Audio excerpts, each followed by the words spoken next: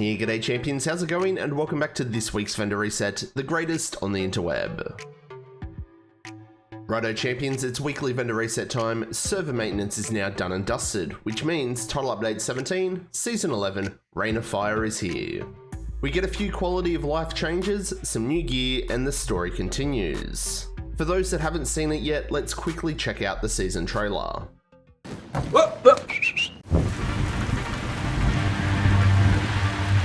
We got used to winning, to defeating our enemies, or turning them to our cause. But now they have their own alliance, led by Sokolova. And if the mastermind of the Black Tusk is coming to Washington, it will be to eliminate the division. That's why she needs Stovepipe. They don't care about the cost. Only who wins.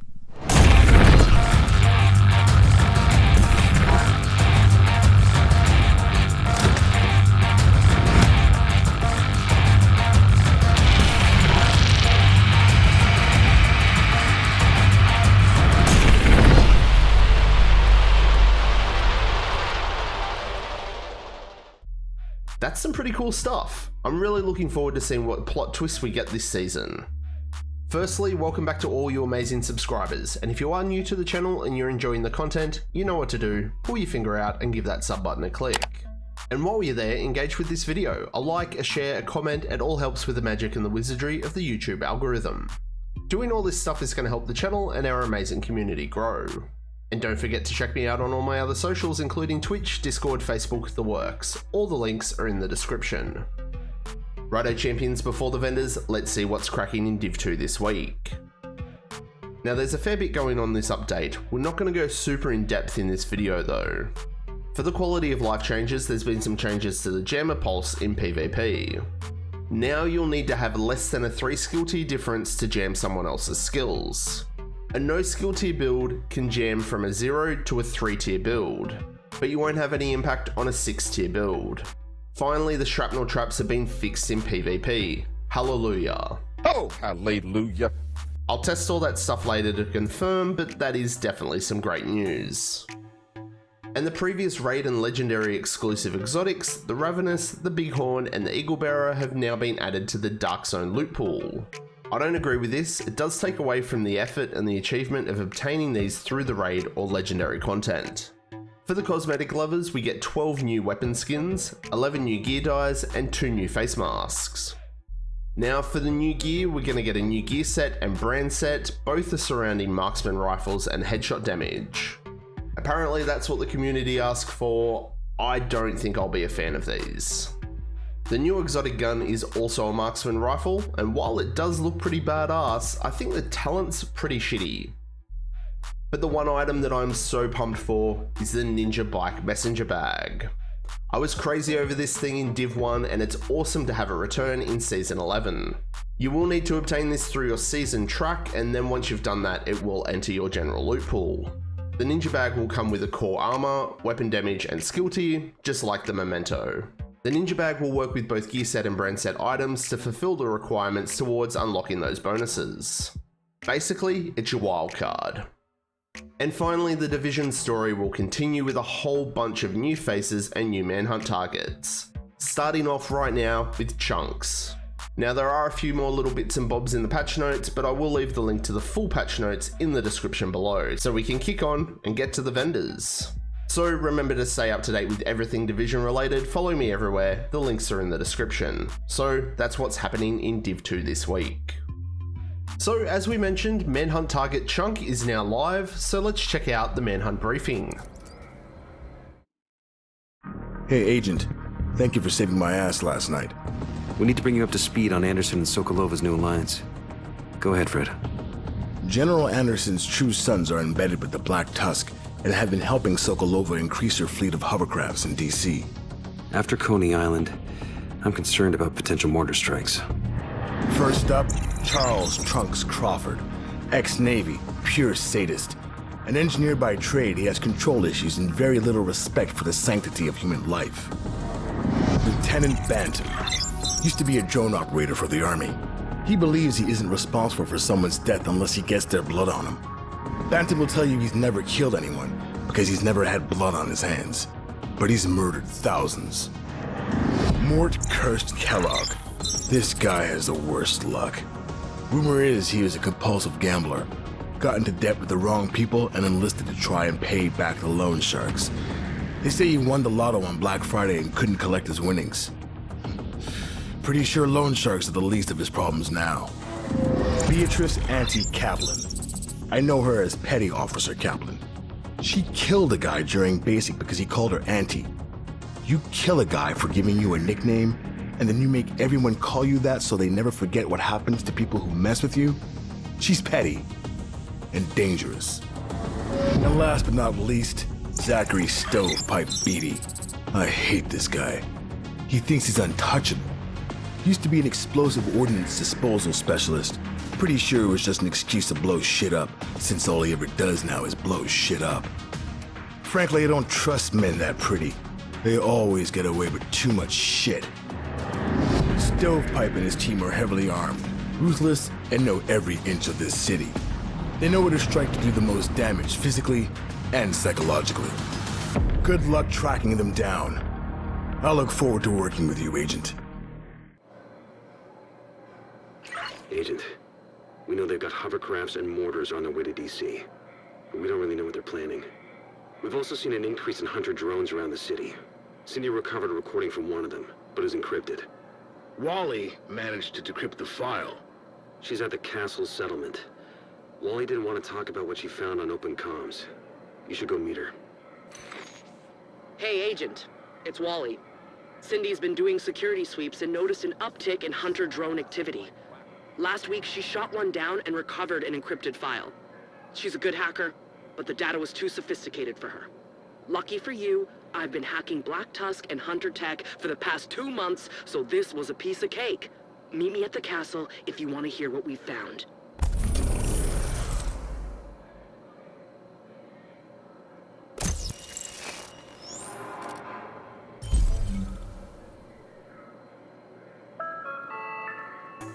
What the fuck was that? You all saw that, right? The castle settlement has been upgraded. Shit, I can't wait to head over there and see what's up after this. Righto, so now it's about time that we hit up the vendors. I've done my usual whip around and there's some great gear up for grabs this week, including the new named marksman rifle and a bunch of the new gear set. We'll quickly go over my top picks for the week, but do keep in mind that they might not be everyone's cup of tea because we all know what the vendors are like.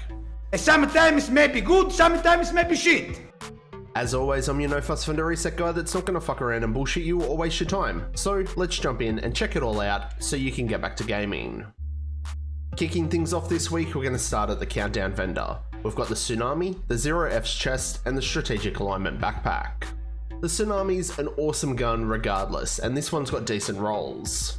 The Zero F's chest here would suit a regen shoddy build, definitely worth grabbing.